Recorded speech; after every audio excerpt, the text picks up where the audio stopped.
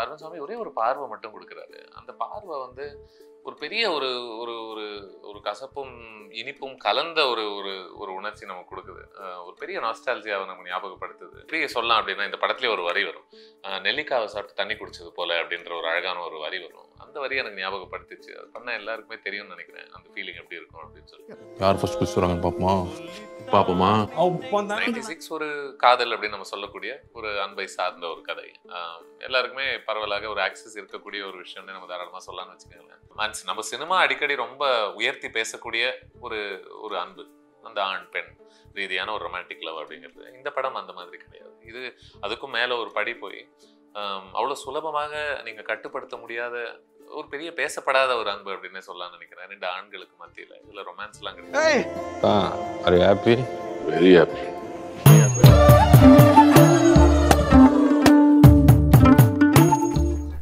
வணக்கம், நான் சுதீர் ஸ்ரீனிவாசன். இது என்னுடைய லேட் ரிவ்யூ. இந்த வாரம் நான் லேட்டாக ரிவ்யூ பண்ண போகிற படம் பிரேம்குமாருடைய இரண்டாவது படம்.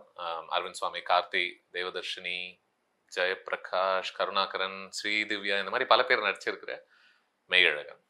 மெய்யழகன் படத்துல நிறைய மென்மையான மூமெண்ட்ஸ் நிறைய இருக்கு. அரவிந்த் சுவாமி இதில் அருள்மொழிவர்மன் அப்படிங்கிற ஒரு கேரக்டர் பிளே பண்ணியிருக்காரு. அருள் பொறுத்த வரைக்கும் அவன் ஒரு வாட்டி தன்னுடைய சொந்த ஊருக்கு திரும்ப வரான். வரும்பொழுது தன்னுடைய பின்னாடி வந்து ஒரு கோவில் யானை, ஒரு பெரிய யானை நடந்துகிட்டு இருக்கு. அதை அவன் பார்க்கறான் அப்படிங்கிறத விட அதை உணர்றான், தன்னுடைய பின்னாடி இருக்கு அப்படின்றத. இந்த யானையை வந்து அவனுக்கு சின்ன வயசுலயே தெரியும் அப்படின்றது ஏற்கனவே இந்த படம் நமக்கு சொல்லிடுது. இன்னொரு படம் அப்படின்னு வச்சுக்கோங்களேன், கண்டிப்பாக இந்த யானையை அவன் போய் தொட்டான், அதுகிட்ட கொஞ்சம் போய் ஒரு சில வார்த்தைகளை பகிர்ந்துக்கிட்டான், பேசினான், அதை பார்த்து கண்ணீர் விட்டான், எப்படி எப்படியோ எடுத்துட்டு போகிறதுக்கான ஒரு வாய்ப்பு இருந்தும் கூட, அதாவது டைரக்டர் பிரேம்குமார் வந்து வார்த்தைகள்ல எவ்வளவு முக்கியத்துவம் கொடுக்குறாரோ அதே அளவுக்கு கண்டிப்பாக உணர்ச்சிகள் மேலேயும் கொடுக்கக்கூடியவர், பார்வைகள் மேல கொடுக்கக்கூடியவர், நிறைய சின்ன சின்ன டீட்டெயில்ஸ் எல்லாம் கவனிக்கக்கூடியவர். இந்த ஒரு ஒரு மனிதன் தன்னுடைய சூழலாம் எப்படி நடந்துக்கிறான், எப்படி என்கேஜ் பண்றான் தன்னுடைய என்வாயர்மெண்ட்டுக்கு அப்படின்றதுல. இங்க வந்து அருண்சாமி ஒரே ஒரு பார்வை மட்டும் கொடுக்குறாரு. அந்த பார்வை வந்து ஒரு பெரிய ஒரு ஒரு ஒரு ஒரு கசப்பும் இனிப்பும் கலந்த ஒரு ஒரு ஒரு உணர்ச்சி நமக்கு கொடுக்குது. ஒரு பெரிய நாஸ்டால்ஜியாவை நம்ம ஞாபகப்படுத்துது. இப்படியே சொல்லலாம் அப்படின்னா, இந்த படத்துலேயே ஒரு வரி வரும், நெல்லிக்காவை சாப்பிட்டு தண்ணி குடிச்சது போல அப்படின்ற ஒரு அழகான ஒரு வரி வரும். அந்த வரி எனக்கு ஞாபகப்படுத்திச்சு. அது பண்ண எல்லாருக்குமே தெரியும்னு நினைக்கிறேன், அந்த ஃபீலிங் எப்படி இருக்கும் அப்படின்னு சொல்லிட்டு. எனவே 96ம் இந்த மாதிரியான ஒரு நாஸ்டால்ஜியாவை பொறுத்த ஒரு ஃபிலிம் தானே. அந்த ஒரு அனுபவம் எப்படி இருக்கும் ஒரு மனுஷனுக்கு அப்படின்னு நல்லா விவரிச்ச ஒரு ஒரு ஃபிலிம். மேபி அவர் இன்னொரு ஃபிலிம் எடுத்தாருன்னு வச்சுக்கோங்களேன், அந்த இன்னொரு படமும் ஓரளவுக்கு ஒரு கதாபாத்திரம், முக்கிய கதாபாத்திரம் ஒரு வயசுக்கு மேலே பின்னாடி போய் பார்க்குறான் தன்னுடைய ஊரை, தன்னுடைய மக்களை அப்படின்ற மாதிரி இன்னொன்று அவர் எடுத்துட்டாருன்னா, இது நாஸ்டால்ஜியா ட்ரிலஜி அப்படின்னு சொல்லிடலாம் நினைக்கிறேன். ஸோ சொன்னது போல அருள் வந்து மறுபடியும் தஞ்சாவூர் அப்படிங்கிற ஒரு ஊருக்கு திரும்புறாரு. திரும்ப அங்கே என்ன பார்க்குறாரு அப்படின்னா, தன்னுடைய ஞாபகத்தில் இருக்கக்கூடிய இடங்களையும் மனிதர்களையும் அங்கே இருக்கக்கூடிய பில்டிங்ஸ் என்ன வேணா சொல்லலாம், அது எல்லாத்தையுமே காலம் எப்படி மாற்றிருக்கு அப்படின்றத தான் கவனிக்க ஆரம்பிக்கிறாரு. 96ல் வர்ற ராம் போலவே கொஞ்சம் அருளும் இன்ட்ரோவர்டட் பர்சனாலிட்டின்ற மாதிரி நம்ம சொல்லலாம் தாராளமாக. எதுக்கு சொல்ல வரேன்னா, அந்த படத்தில் வந்து ராம யாரையும் பெருசாக டிஸ்டர்ப் பண்ணுறது கிடையாது. ஓரளவுக்கு அவருடைய ஒரு ஒரு இயல்பான ஒரு வாழ்க்கையை அவருக்கு ஏற்ற அவர் விருப்பப்பட்டது போலே அவரால் வாழ முடியுது. பட் இங்கே அப்படி கிடையாது. இங்கே வந்து கார்த்தியுடைய கதாபாத்திரம் கான்ஸ்டன்டாக இவருடைய ஒரு ஸ்பேஸ்க்குள்ளே பூந்துக்கிட்டே இருக்காரு, இவர் தொந்தரவு பண்ணிக்கிட்டே இருக்காரு, இவருக்கான ஒரு இடத்த பெருசாக கொடுக்க மாட்டேங்கிறாரு. அப்படி இருந்தும் சின்ன சின்ன இடங்கள்ல அருள் மூச்சு விடுறதுக்கான ஒரு வாய்ப்பு கிடைக்குது. அருள் மட்டும் இல்லை, இந்த படமே தாராளமாக. ஏன்னா அந்த படம் பூராக நிறைய ஒரு ஒரு கான்வர்சேஷனல் ஃபிலிம், பூராக நிறைய டயலாக்ஸ், உரையாடல்கள் வச்சே நகர்ற இந்த படம் வந்து இந்த மாதிரி சின்ன சின்ன இடங்கள தான் மூச்சு விடுதுன்னு நினைக்கிறேன். எந்த மாதிரி இடங்கள்லாம், ஒரு பஸ்ஸில் அப்படி உட்காந்துக்கிட்டே ஜன்னல் வழியாக எட்டி பார்ப்பது, இல்லை ஒரு ட்ரெயின் அந்த என்ட்ரன்ஸ் கிட்ட போயிட்டு அந்த கேட் பக்கத்தில் அப்படி நின்றுட்டு அந்த ட்ரெயின் மூவிங் ட்ரெயின்லேருந்து வேடிக்கை பார்ப்பது, இல்லை பக்கத்தில் ஒரு ஆள் இருந்தாலும் கூட பரவாயில்ல அப்படின்னு அந்த ராத்திரிக்கு அடியில் ஒரு ஓப்பன் ஃபீல்டில் அப்படி படுத்துக்கிட்டு வானத்தை பார்த்துக்கிட்டே அப்படி படுக்கிறது. இந்த மாதிரி சின்ன சின்ன இடங்கள் வழியாக அருளும் மூச்சு விடுறாரு, இந்த படமும் மூச்சு விடுது. இதில் கார்த்தியுடைய கதாபாத்திரம்னு சொன்னல, பேர் வேண்டாம், எம் அப்படின்ற ஒரு லெட்டர் மட்டும் வச்சு குறிச்சிக்கலாம்னு நினைக்கிறேன். எம் எடுத்து பார்த்தீங்க அப்படின்னா, இவர் வந்து கொஞ்சம் கூட, அதாவது கொஞ்சமே கூச்சமா இருக்காப்பா அவனுக்கு அப்படின்ற மாதிரி எல்லாத்தையுமே ஒளிவு மறைவு இல்லாமல் ஓப்பனாக பேசக்கூடிய ஒருத்தர். பிரைவசி அப்படின்னா என்னன்னே தெரியாது அப்படின்ற மாதிரியான ஒரு ஆள்.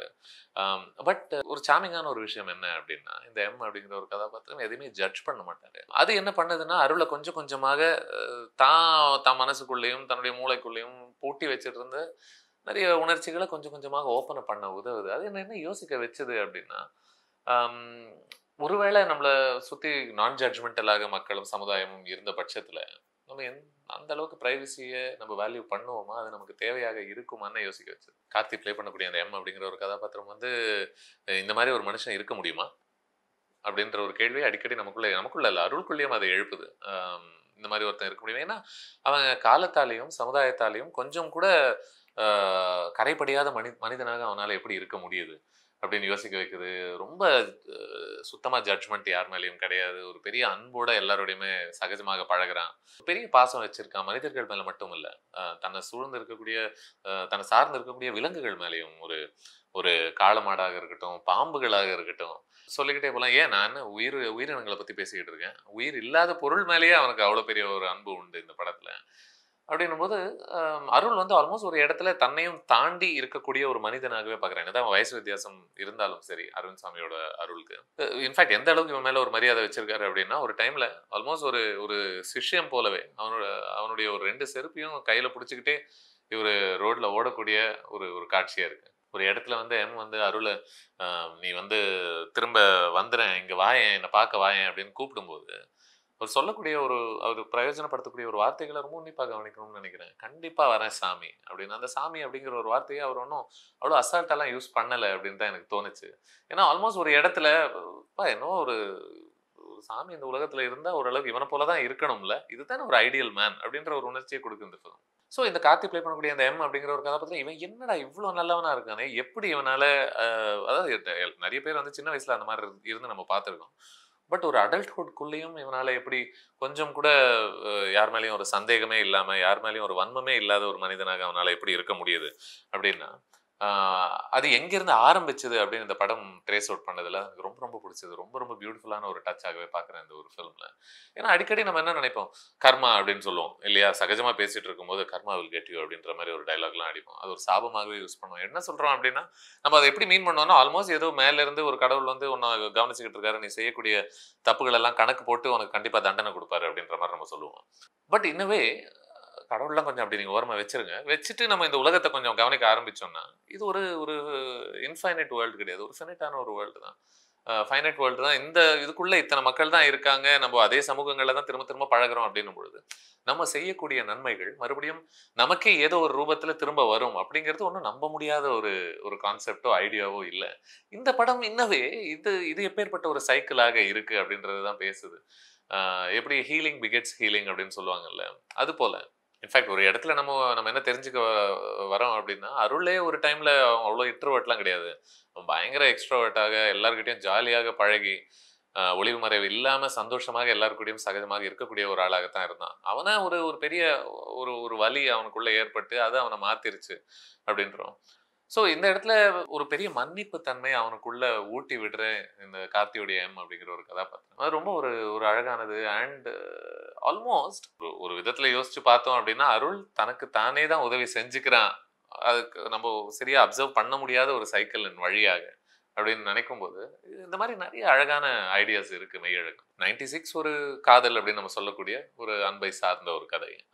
எல்லாருக்குமே பரவலாக ஒரு ஆக்சஸ் இருக்கக்கூடிய ஒரு விஷயம்னு நம்ம தாராளமா சொல்லலாம்னு வச்சுக்கோங்களேன். நம்ம சினிமா அடிக்கடி ரொம்ப உயர்த்தி பேசக்கூடிய ஒரு ஒரு அன்பு, அந்த ஆண் பெண் ரீதியான ஒரு ரொமான்டிக் லவ் அப்படிங்கிறது. இந்த படம் அந்த மாதிரி கிடையாது. இது அதுக்கும் மேல ஒரு படி போய் அவ்வளவு சுலபமாக நீங்க கட்டுப்படுத்த முடியாத ஒரு பெரிய பேசப்படாத ஒரு அன்பு அப்படின்னு சொல்லலாம் நினைக்கிறேன். 2 ஆண்களுக்கு மத்தியில இதுல ரொமான்ஸ் எல்லாம் கிடையாது.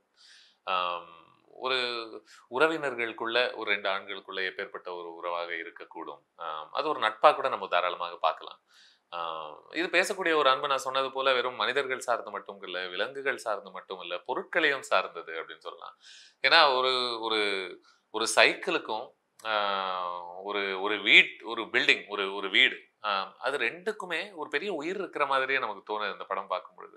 அந்த ஒரு வீட்டுக்கு ஒரு முகமே இருப்பது போல் பேசப்படுது ஒரு இடத்துல. இது நமக்கு ரொம்ப அந்நியமான ஒரு உணர்ச்சி கிடையவே கிடையாதுல்ல. ஏன்னா நம்மள யார் ஒருத்தர் வந்து ஒரு பொருளுக்கு ரொம்ப ஃபீல் பண்ணாம இருந்திருப்போம். மேபி காலப்போக்கில் நிறைய வாங்கி வாங்கி பழக்கப்பட்டு ஒரு மாதிரி அதை மறந்துருப்போமே ஒழிய. எனக்கு இன்ஃபேக்ட் என்னென்ன ஞாபகம் வந்து என்னுடைய ஒரு முதல் பைக் பத்தி நான் யோசிச்சுட்டு இருந்தேன், முதல் கம்ப்யூட்டர் பொறுத்து நான் யோசிச்சுட்டு இருந்தேன். அது வழியாக தான் நான் உலகத்தை தெரிஞ்சுக்கிட்டேன்னு வச்சுக்கோங்க. ஸோ ஸோ இதெல்லாம் பத்து மறுபடியும் எனக்கு ஞாபகப்படுத்துச்சு இந்த படம். மெய்யழகன் வேற வேற எதை பத்தி பேசுது அப்படின்னா, ஒரு வேற எந்த அன்பு பத்தி பேசுதுன்னா நம்மளுடைய கம்யூனிட்டி பத்தியும் நம்மளுடைய ரூட்ஸ் பொறுத்தும் பேசுது. ரத்தத்தால் சம்பந்தப்பட்ட அவர்கள் மேல நம்ம வைக்கக்கூடிய அன்பு அது ஒரு பக்கமே ஆனாலும், இன்னொரு பக்கம் நம்மளுடைய மொழி பேசுபவர்களும் நம்மளுடைய அதை பொறுத்தும் இந்த படம் தாராளமாக பேசுது. இன்ஃபேக்ட் அருளுக்கும் இந்த எம் அப்படின்னு சொல்லக்கூடிய இந்த கதாபாத்திரத்துக்குமே ஒரு முக்கியமான ஒரு வித்தியாசமாக நம்ம என்ன பார்க்கலாம் அப்படின்னா, அருள் வந்து தன்னுடைய ஒரு கடந்த காலத்தினுடைய ஒரு கைதியாகவே நம்ம பார்க்கலாம். அவனால இன்னும் அதுல இருந்து மீண்டு வர முடியல, என்னதான் அந்த இடத்துல இருந்து மீண்டு வந்தாலும் கூட. இதுவே எம் கார்த்தி பிளே பண்ணக்கூடிய கதாபாத்திரம் அவன் அப்பேற்பட்ட ஆள் கிடையாது. அவன் வந்து அதை தாராளமாக கடந்து வந்திருக்கான், அதுல இருந்து குணம் ஆகியிருக்கான். அது ரொம்ப அழகான ஒரு விஷயமாவே பார்க்குறான் அவனுடைய கடந்த காலத்தை. அதுவே ஒரு பெரிய வித்தியாசமாக இருக்கு. 96 படம் போலவே இந்த படத்துலையும் பயங்கர பிளாட் அப்படிங்கிற மாதிரியான ஒரு ஐடியா ஒன்றும் பெருசாக கிடையாது. இதுவும் அதே படம் போலவே ஒரு ஒரு இரவு பூராக 2 மனிதர்கள் ஒருத்தர்கிட்ட ஒருத்தர் பேசிக்கிட்டே இருக்காங்க ஒரு ராத்திரி பூராக. அது அவங்களை எப்படி மாத்துது, அவங்களுக்குள்ள என்ன மாதிரி அனுபவங்கள், என்ன மாதிரி விஷயங்கள் பொறுத்து அவங்க பேசுறாங்க. ஏன்னா அந்த பேச்சு உரையாடல் ரொம்ப முக்கியமாகுதுல்ல. ஏன் அப்படின்னா, அதாவது நம்ம பொருள் வாங்குறதுக்கு நமக்கு பைசா எப்படி தேவையோ, ஒரு அன்பு தெரிவிப்பதற்கும் அதை சம்பாதிப்பதற்கும் உரையாடல்கள் ரொம்ப முக்கியமாகுது. அதனால இந்த படத்துல விதவிதமான உரையாடல்கள் நடக்கும். ஒருத்தர்கிட்ட மட்டும் இல்லை. அதாவது அருள் பொறுத்த வரைக்கும் எம் கூட பேசுற ஒரு கான்வர்சேஷன் மட்டும் இல்லைல்ல. ஒரு விதத்துல பார்த்தோம்னா எஸ் இவர் கூட பேசுறாரு, இன்னொரு பக்கத்துல ஒரு பஸ் கண்டக்டரோட அவர் பேசக்கூடிய ஒரு உரையாடலாக இருக்கட்டும், ஏன் ஒரு கல்யாணத்துக்கு போகும்போது அங்க வேற ஒரு ஒரு பெண் வந்து இவர்கிட்ட பேசக்கூடிய ஒரு சின்ன ஒரு பிரீஃப் பட் பியூட்டிஃபுல் கான்வர்சேஷன் அதுவாக இருக்கட்டும், இல்ல ஒரு பூ விற்கிறவங்க கிட்ட அவர் பேசக்கூடிய ஒரு ஒரு ஒரு விஷயமா இருக்கட்டும்.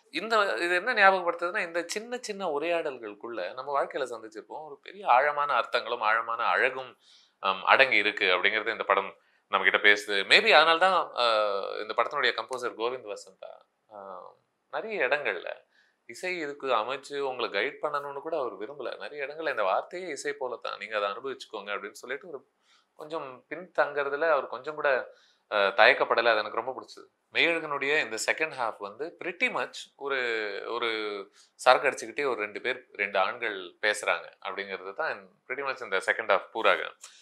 ஒரு பக்கம் இந்த எக்ஸ்ட்ரோவர்ட்டாக இருக்கக்கூடிய ஒரு எம் வந்து பேசிக்கிட்டே இருக்கான், இன்னொரு பக்கம் அருள் வந்து அதை கேட்டுக்கிட்டே இருக்கான். அண்ட் இந்த 2 நடிகர்களுமே நான் ரொம்ப ரசித்தேன் இந்த ஃபிலிம்ல.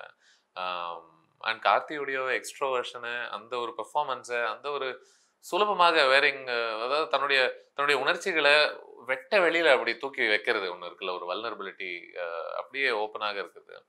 அதை வந்து நம்ம அவ்வளோ ரசிக்கிறோம் அப்படின்னா அதுக்கான காரணம் அவன் பேசக்கூடிய ஒவ்வொரு வார்த்தை மேலேயும் உன்னிப்பாக அரவிந்த் சுவாமி அவர்களுடைய ஒரு நடிப்பு எப்படி அவர் கவனிக்கிறாரு. சின்ன சின்ன முக அசைவுகள், கூர்மையான ஒரு பார்வை, அவன் பேசக்கூடிய ஒரு வார்த்தைகள் அவரை எப்படி மாத்திக்கிட்டே இருக்கு கான்ஸ்டன்டாக அப்படின்றது அவர் கொடுக்கக்கூடிய ஒரு ரெஸ்பான்சஸ். லைக் அதுக்குன்னு இந்த படம் கண்டிப்பா நம்ம ஃப்ளாலெஸ் ஃபிலிம் அப்படின்னு கண்டிப்பா சொல்ல முடியாது. எந்த படத்தையும் சொல்ல முடியுமான்னு தெரியல.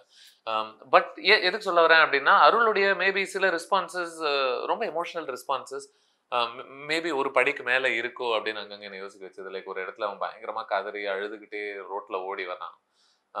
அந்த இடத்துல இதுக்கு ஒரு பொய்டிக் லைசன்ஸ் எடுத்து கொஞ்சம் எக்ஸாஜரேட் பண்ண ஒரு ரெஸ்பான்ஸா இது அப்படின்னு யோசிக்க வச்சது என்ன. மேபி அதுக்கான ஒரு காரணம் இதுவா கூட இருக்கலாம்னு நினைக்கிறேன். ஏன்னா அவனுடைய கதாபாத்திரமே ஓரளவுக்கு அப்படித்தானே. இவன் யாரு நம்ம யோசிச்சோம் அப்படின்னா, இவன் கிளிகளுக்கெல்லாம் சாப்பாடு போட்டு கிளிகள் கூட பேசி நான் ஒரு நாள் போயிட்டு வரேன் சரியா அப்படின்னு பேசக்கூடிய ஒருத்தன். ஒரு பெண்ணுக்கு காலில் கொலுசு மாட்டும் பொழுது, அந்த காட்சி எனக்கு ரொம்ப பிடிச்சது. காலுக்கு ஒரு கொலுசு மாட்டும் பொழுது அவன் கண்ணீர் சிந்தக்கூடிய ஒரு ஓப்பனா அழக்கூடிய ஒரு ஆண் தான். So maybe it's not so bizarre. இந்த செகண்ட் ஹாஃப்ல அந்த 2 கதாபாத்திரமும் பேசிக்கிட்டே இருக்காங்கன்னு சொன்னல, பல டாபிக்ஸ் பொறுத்து. அதுல சில சில டீடூர்ஸ் எடுக்குது இந்த படம். என்ன பண்ணுது அப்படின்னா, ஒரு ஜல்லிக்கட்டு அப்படிங்கிற ஒரு கான்செப்டுக்குள்ள அப்படி இறங்குது. கார்த்தியுடைய ஒரு கதாபாத்திரத்துக்கும் அந்த ஒரு ஒரு காளமாட்டுக்குமான ஒரு உறவை பத்தி பேசுற ஒரு பகுதியாக இருக்கு. மேபி ஒரு படி போய் கார்த்தியுடைய ஒரு ஹீரோயிசமை கொஞ்சம் எஸ்டாப்ளிஷ் பண்ணக்கூடிய ஒரு பகுதியாகவே இருக்கு. அப்படின்னும் பொழுது இது எந்த அளவுக்கு ஒரு பொருத்தமான பகுதியா இந்த ஃபிலிம்க்கு, அவ்வளோ டைம் ஸ்பெண்ட் பண்ணியிருக்கணுமா அப்படின்னு கொஞ்சம் என்னை யோசிக்க வச்சுது இந்த ஃபிலிம். அண்ட் அந்த அந்த உரையாடல், அவங்களுக்குள்ள இருக்கக்கூடிய ஒரு உரையாடல் நிறைய ஸ்பேசஸ்குள்ளே போனதுன்னா அது கொஞ்சம் ஈழம் தமிழர்களுடைய கஷ்டத்தை பற்றி பேசுது, கொஞ்சம் ஸ்டெர்லைட் ப்ரொட்டஸ்ட்ல நடந்த அநியாயத்தை பற்றி பேசுது. இது எல்லாமே அஃப்கோர்ஸ் இது என்ன கதையை முன்னாடி நகர்த்துதா அப்படின்னு நீங்கள் தாராளமாக கேட்கலாம். பட் எல்லாமே உரையாடல்கள் அப்படின்னு வந்துருச்சுன்னா எல்லாமே நகர்த்தணுன்ற அவசியம் இல்லை அப்படின்னு கூட எனக்கு யோசிச்சுட்டு இருந்தேன். அது எப்படின்னா, ஒரு 2 பேர் நீங்கள் சரக்கு அடிக்கிறீங்கன்னு வச்சுக்கோங்களேன், ஒரு ஈவினிங் அப்படியே பேசிகிட்டே இருக்கீங்க, சரக்கோ இல்லையோ ஏதோ ஒன்று பேசுறீங்கன்னு வச்சுக்கோங்க, பல விஷயங்கள் நடக்கும்ல. நகைச்சுவையாக கொஞ்சம் நேரம் பேசுவீங்க, எமோஷனலாக கொஞ்சம் நேரம் பேசுவீங்க, அரசியல் பற்றி கொஞ்சம் நேரம் பேசுவீங்க. இது நடுவில் அஃப்கோர்ஸ் இந்த படத்துல வர மாதிரி பாட்டும் பாடுவீங்க. இளையராஜா பாட்டு ஒரு 2 பாட்டு பாடுறாங்க. இந்த அந்த பாட்டு ஒண்ணு, இல்ல கூடைக்கா அந்த கால காற்றுன்ற ஒரு பாட்டு ஒண்ணு. அந்த 2 பாட்டுமே கொஞ்சம் ஸ்ருதி சேராம தான் 2 பேருமே பாடுறாங்க. அண்ட் அதுலயும் ஒரு அழகு இருந்தது போல தான் தெரிஞ்சது எனக்கு. ஸோ ஓவரால் சொல்லணும் அப்படின்னா மெய்யழகன் ரொம்ப ஒரு ஸ்வீட்டான ஒரு ஃபிலிம், ரொம்ப சென்சிட்டிவான ஒரு ஃபில்மும் கூட.